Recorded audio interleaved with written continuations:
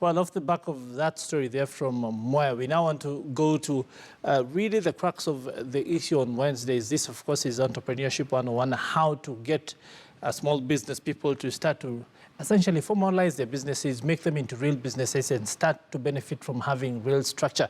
And with us here in studio to speak into that conversation, Jeff Njau Mwema. He is an entrepreneurship coach. He is a person who does mentor and teach business people from various walks of life. He's here in studio to speak into the conversation around branding here today. Karibu sana. Asante sana. Yeah, so in the past we've looked at various aspects of business. We've talked about how to start a business, how to decide what your business line should be.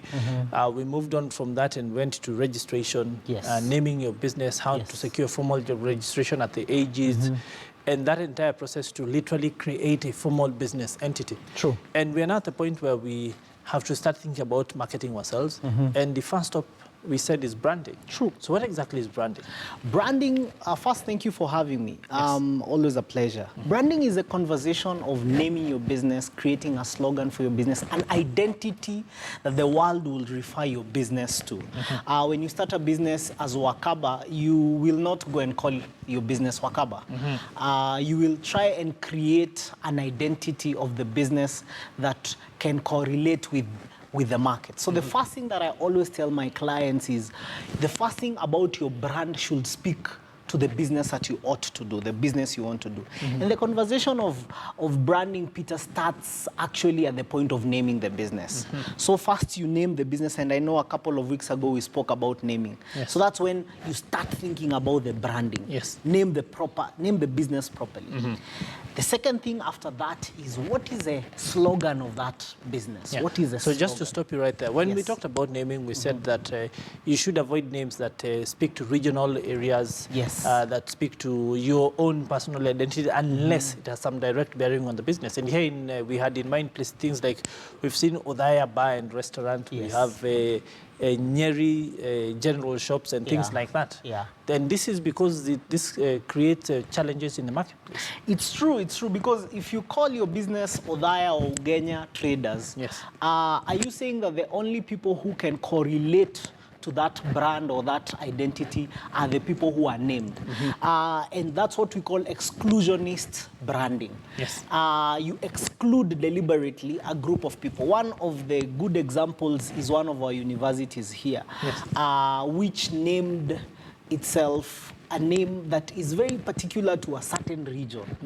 And successfully, they buried themselves into oblivion.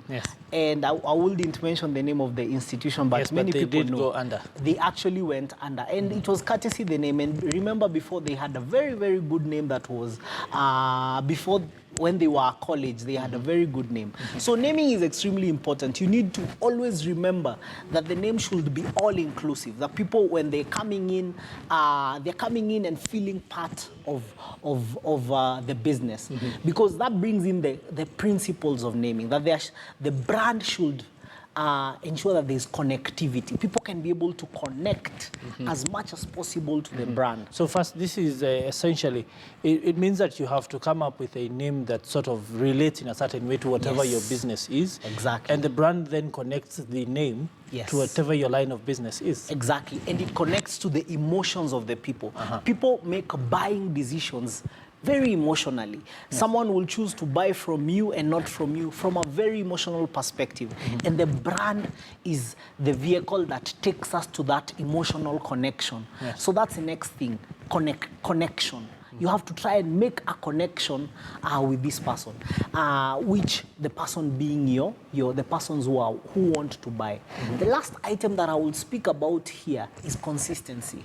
Consistency is, and this is over time. What do people associate with this brand? Do they associate, what are you consistent of? Are you consistent in good quality? Are you consistent in timeliness? Are you consistent in, because the brand can be good and can be bad. People can see your brand and see, these are the guys who offer bad services, or these are the guys who are not timely in their endeavors. Let's then talk about the fact that for a lot of naming and branding, you have the name. then you can come up with a catchy slogan. You can even have a sign or a symbol. Yes. As we are saying, how do you then connect this such that the message they send then becomes something that is uniform? First, colors. Yes. Colors. The logo that you're choosing, and the logo is so important in branding.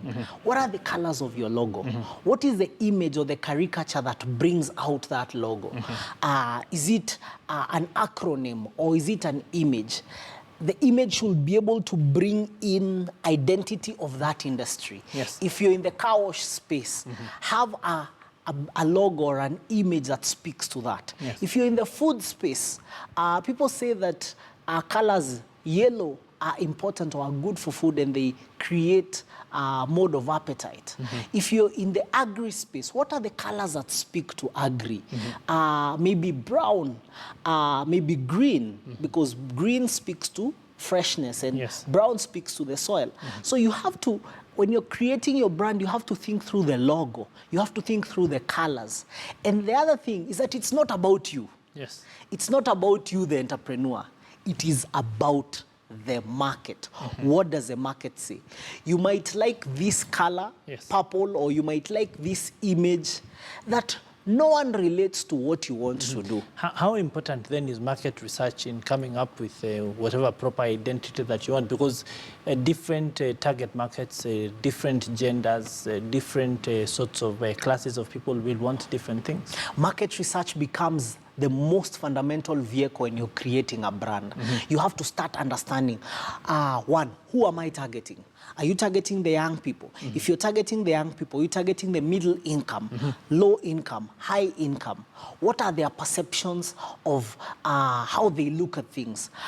Who are you targeting? Are you targeting people in the urban centers, or are you targeting people in the rural setting? One of the things that is very peculiar with our Kenyan market, for example, is how the Kenyan market is one can say against the posh brands. Yes. And you find many malls today are coming up. There are very, very many malls that are all over. But people are going to those malls as tourists. They don't go to buy. It's just walk through traffic. Exactly. It's just walk through traffic. And part of the reasons is because the brands that have been created are so up there that they do not relate to the common buyer. Yet, the guys who are selling in the middle of the aisles or in the corridors of the malls are selling because their brands are able to appeal to the buyer. So we need to have an understanding of the consumer patterns of the people who you want to sell to. And I know the word market research baffles many entrepreneurs, and people wonder, where do I even start? But what you do is simple. Go and find out, are there other people who are doing that very thing that you're doing? And speak to them. Speak to them. Find out the ones that worked. More so, find out the ones that did not work. And what they did. What they did and what they did not do, or what they could have done better. And you will be so surprised that many people are willing to give this kind of information. And that's what essentially is called market research. Let's talk about the professional aspects of this, because when we tell people that they have to brand their businesses, they have to name, they have to register, they have to start to grow their brands in a certain way. Sometimes professional assistants in these areas to develop a good logo, to develop, decide what colors, to be able to start to speak into developing a proper and really good brand for your business is important. And experts such as yourself and others can start to help in these areas. It's true, it's true, it's true. There are experts that have actually mastered that art. For example, if you're looking for a brand, you need first to speak to a graphic designer. A graphic designer, you speak with them, have conversations with them, and explain to them what you're looking for, and they are able to craft a logo. Another person will be a communications expert. Remember, a brand is a mode of communication of what you are, what you're offering to the world. So a communications expert will be good. If you can have a communications expert who also understands graphics, it's even better because they are able to relate that conversation to these people. Then after that, you will now essentially need a digital person who can be able to translate that brand, put it on your different platforms. Today, you cannot do business without social media.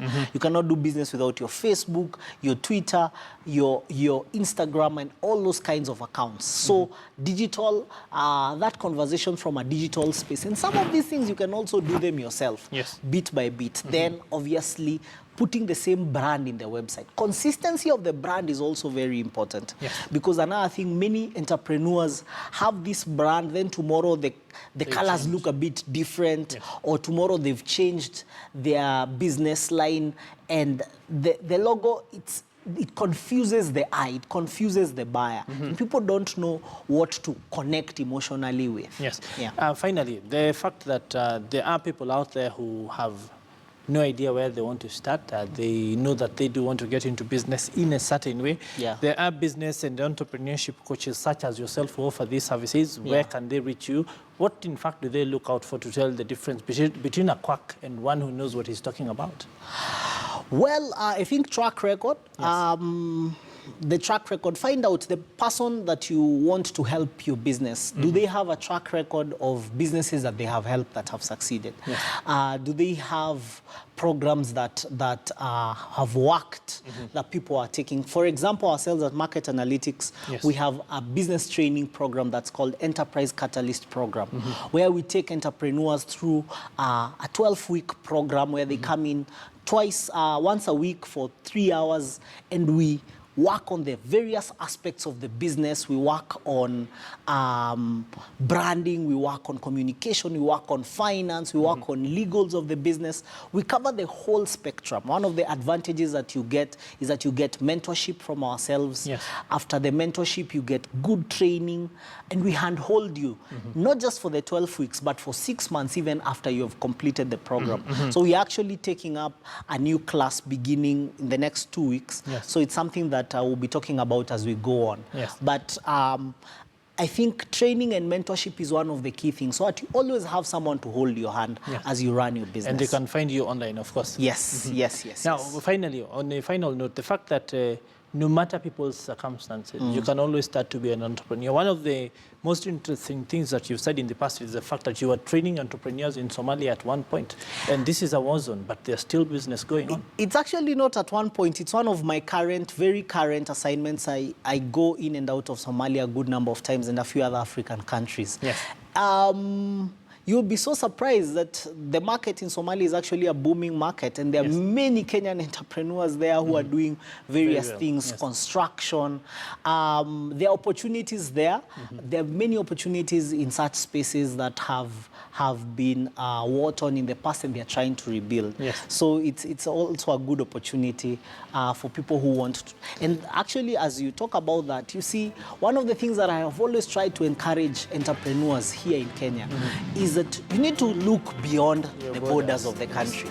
But you remember last year when there was a challenge of elections and protracted, if you had business in Tanzania or in Uganda, you would have been insulated. So I always encourage regional diversification. Indeed, food for thought, not just for small entrepreneurs, but even for corporates, regional diversification and diversifying your business line so that your income comes from different places. Sure. Thank you very much, sir, for your time. Always a pleasure. It has been indeed a very engaging conversation. Yes. Well, unfortunately, we are out of time here today on KTN Business, but of course, the news does continue. Coming up in just a few minutes is the news in Swahili on Mbiu ya KTN. We will be back at the same time tomorrow with more from the world of business. But from us here in studio, it is kwaheri ya kuonana.